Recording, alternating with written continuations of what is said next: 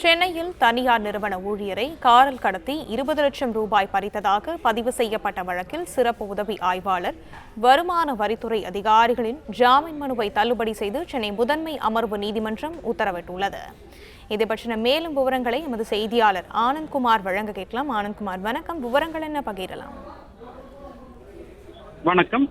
தனியார் நிறுவன ஊழியரை காரில் கடத்தி 20 லட்சம் ரூபாய் பறிமுதல் செய்த வழக்கில் கைது செய்யப்பட்ட சிறப்பு உதவி ஆய்வாளர் வருமான வரித்துறை அதிகாரிகளின் ஜாமீன் மனுக்களை தள்ளுபடி செய்து சென்னை முதன்மை அமர்வு நீதிமன்றம் உத்தரவிட்டிருக்கிறது.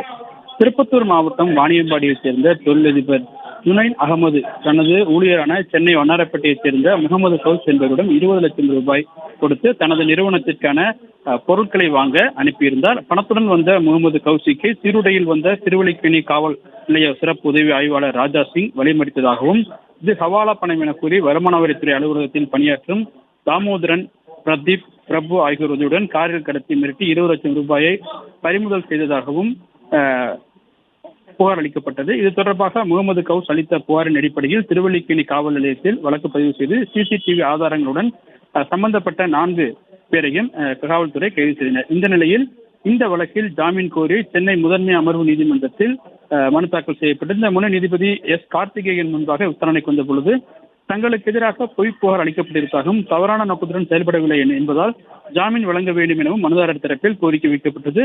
காவல்துறை தரப்பில் ஆஜரான வழக்கறிஞர் இந்த விவகாரத்தில் வேறொரு சிறப்பு உதவி ஆய்வாளர் சம்பந்தப்பட்டிருப்பதாகவும் அவர் இன்னும் கைது செய்யப்படவில்லை எனவும் தெரிவித்தார். மேலும் கையும் களவுமாக பிடிப்பட்ட 4 பேரும் அடையாள அணிவகுப்பு நடத்தப்பட்டு கைது செய்யப்பட்டிருப்பதாகவும் ஜாமீன் வழங்கினால் தலைமறைவாக வாய்ப்பு இருப்பதாகவும் தெரிவிக்கப்பட்டது. எனவே ஜாமீன் வழங்கக்கூடாது எனவும் காவல்துறை தரப்பில் ஆஜரான வழக்கறிஞர் எதிர்ப்பு தெரிவித்தார்.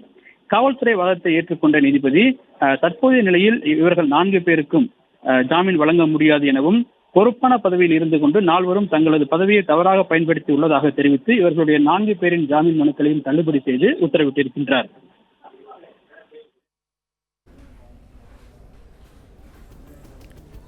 விவரங்களை வழங்கியமைக்கு நன்றி ஆனந்த்குமார்.